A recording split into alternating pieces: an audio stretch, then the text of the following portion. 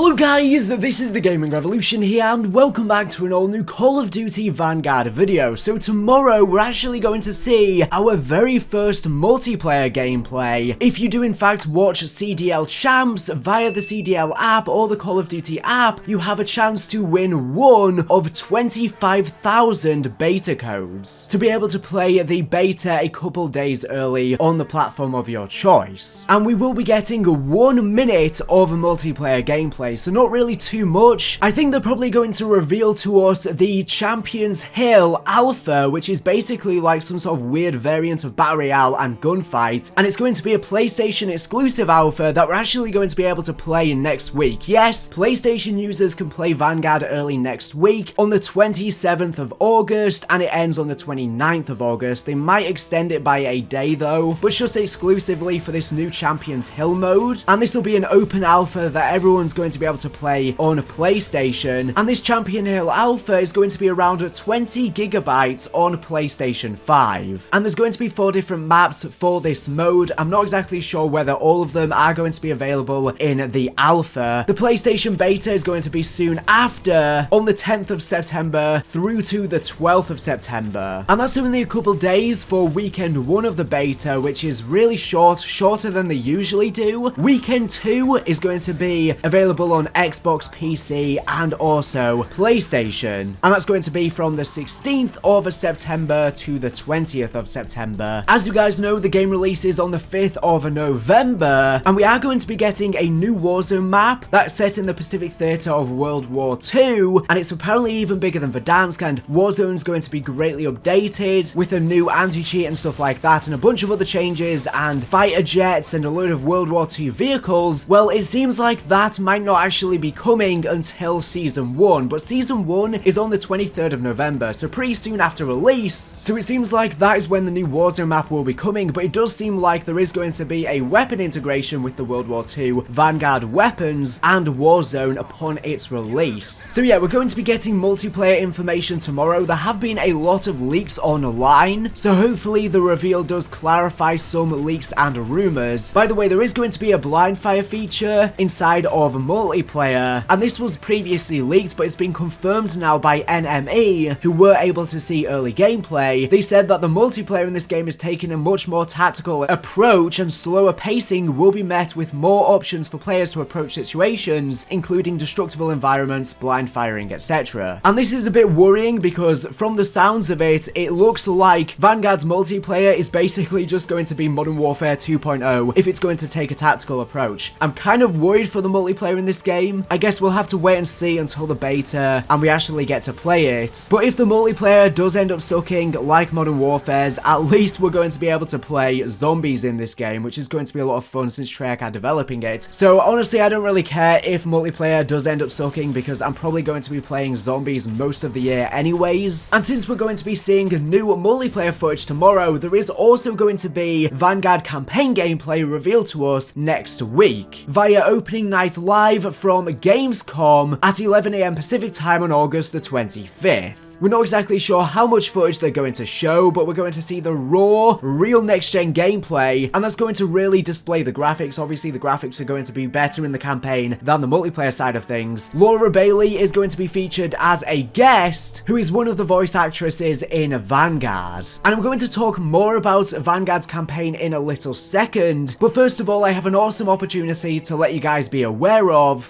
Do you want to be within a chance of winning a free Tesla Model S? Well, that can now become a reality thanks to Ragnarok Origin, the sponsor of this video. Ragnarok Origin is an epic MMORPG available on mobile devices where fantasy becomes reality. The game's expected to release later this year, and they have just opened up pre-registrations for its release. It's an awesome anime adventure in an open world environment. You are the hero in this fantasy story. Immerse yourself in a vast fantasy world full of mysterious mysterious monsters and epic characters to fight and train. Explore the massive diverse environment with stunning landscapes, legendary kingdoms, empires, mythical dungeons, and epic castles, all filled with rich narratives and history. The game's key features include hundreds of weapons with improved strike motions, being able to meet unforgettable friends and defeat powerful foes along the way, enjoy the unique raids, challenges, and stories with your friends. Everyone plays an important role, such as the tank, the DPS, the support, and many other skill choices to choose from. Choose your path with different missions, events, and daily quests. The game features cute, high-quality visual graphics, and you are able to grow characters with high freedom to manipulate themselves with 2.5D and 3D views. The game features lifelike weather changes, customize and upgrade your weapons, armor, magic abilities, and more to match your playstyle and defeat your opponents. Take your character's power to the next level by earning and enhancing your abilities. To go on an epic adventure across the continent of Midgard, join a group of extraordinary heroes to discover all of the secrets of the land of Rune Midgard.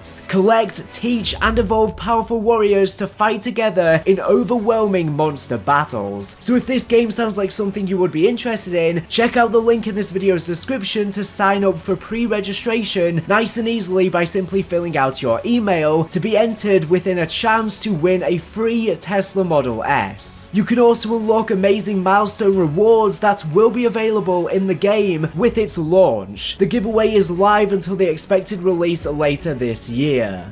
So bringing it back to discussing regarding Vanguard's campaign. As you guys know from the reveal trailer, they showed that we're going to be able to play from all sides of the war, from all of the different theaters, as there are 4 main protagonists, and I'm guessing how the storyline is going to work is we're going to see the perspective from each of the different protagonists, and then maybe nearer to the end of the campaign, or maybe sometime during the middle of the campaign, those 4 characters are going to meet and come together and join Taskforce Vanguard that potentially might be the origins of Taskforce 141, as they are described as the first task force. So Taskforce 141 might be the 141st predecessor to Taskforce Vanguard. So as you guys know, before Vanguard was officially announced, there were rumors that the storyline might focus around a fictitious, made-up alternative timeline where the events of World War II happened somewhat differently, and apparently part of Vanguard's campaign is going to be taking place in the 50s, so people were speculating that maybe something happened in this alternative timeline to delay the war where it is still continuing within the 50s, and if it was to be some sort of alternative timeline, they could explore a bunch of weird Nazi conspiracy theories. Well, those rumors were denied as being incorrect. Well, it seems like they are only partially incorrect, because Vanguard's campaign is in fact alternative history. Charlie and Tell have described it, saying that it's a fictional story about what happens after the end of World War II, and how the rise of the Special Forces unit looks to prevent another group in Germany from secretly allowing a successor to take over. And of course, we're about to see gameplay of it next week on Wednesday. But PC Gamer, who managed to see some early footage of the campaign, posted an article, and on Twitter they captioned it, "You're not trying to kill Hitler in Call of Duty Vanguard because he's already dead. You were trying to kill Hitler too." Now obviously that is a very clickbaity title, and it honestly sounds like a parody. It doesn't even sound real at all. Obviously in the campaign we're not actually trying to kill Hitler too, but let's run through the article because they do go over some very interesting stuff. I won't read the full thing, but I will leave a link to it down in this video's description. It's entitled Call of Duty Vanguard is a post-World War II game about hunting down Hitler's successor. So the game, despite it tackling all of the different theaters of World War II, it seems like most of the campaign is actually going to be after World War II. So maybe each of the 4 protagonists form Taskforce Vanguard, and there might be loads of flashback missions to during World War II, but it does seem like the majority of the campaign is actually going to be after World War II, in a completely made up storyline, somewhat based off of reality. So it's going to be a lot different from Call of Duty World War II, where that was marketed as being historically accurate. This is a completely made up storyline. So the article says Sledgehammer, which hasn't led development on a COD game since World War II, is shaking things up by setting most of the campaign after the official end of World War II. Hitler is dead, the Nazis have lost, but the Allies learn of a troubling plan plan called Project Phoenix to somehow facilitate Hitler's successor. What on earth does this even mean? Your guess is as good as mine. Vanguard's main villain is the fictional Heinrich Frasinger, inspired by the real Gestapo operative Heinrich Müller. But he's not Heinrich Müller, that's just used for inspiration for this character. In 1945, Hitler technically had a real successor called Karl Donitz, who immediately surrendered and was eventually convicted of war crimes at the Nuremberg trials. So evidently there's at least some kind of warping of history happening here, and they are hoping that the campaign delves further into historical fiction or even the supernatural. So yeah, most of the campaign is going to be after World War II, where they're chasing down Hitler's successor that's just a made-up character. And considering the fact that we are going to be seeing zombies in this game, which is going to be a prequel to the Dark Aether storyline in Black Ops Cold War Zombies, I wonder if in this storyline Hitler didn't actually kill himself, but he instead went into the Dark Aether, because we know from the zombie storyline that Nazis were experimenting with the Dark Aether, and they sent a bunch of soldiers in there because they knew they were losing the war, and they sent them in there in a last-ditch effort for them to return at a later date. And that's what we saw unfold on Mauer der Toten, but we managed to prevent the Nazi threat and Valentina. But I do think that in this storyline Hitler was sent into the Dark Aether because we learned from the intel in Cold War Zombies that Hitler approved of everything, he knew what was going on. Maybe they're not going to explicitly say that in game, but it does seem to infer that might have been the case. But yeah, although most of the campaign seems like it's going to be set after World War II, it does seem like there's at least going to be flashback missions, or maybe at the start of the campaign is going to be during World War II, because there is a mission in D-Day, which is very early on in the campaign, depicting Arthur parachuting behind enemy lines the night before the D-Day invasion. So yes, we're going back to D-Day again. Call of Duty need to get away from it, or all games and movies for that matter. It seems to be such a huge focus on the media whenever they try and portray World War II. So yeah, maybe the campaign starts off in World War II, then it delves after World War II for the rest of the campaign, or maybe they're going to have flashback missions back to World War II. Either one could work, or maybe it's a mix of both. But yeah, that's everything I wanted to go over today. Technically, those old rumors were partially correct because we are going to be exploring an alternative history. It's just less supernatural and less alternative than we thought it would be at one point in time. And just a quick reminder, if you want to be entered into a giveaway to be within a chance of winning a free Tesla Model S, there is a link down in this video's description to pre-register for Ragnarok Origin, an epic fantasy MMORPG that's releasing later this year. It's really easy to enter. You literally just put in your email and then there's a chance of winning a free car. So there's literally no reason not to do it. It takes a second and there's no risk involved. Anyways, thank you for watching the video, and make sure to subscribe if you're not here for the latest and greatest Call of Duty news and information. So anyways, thank you for watching, and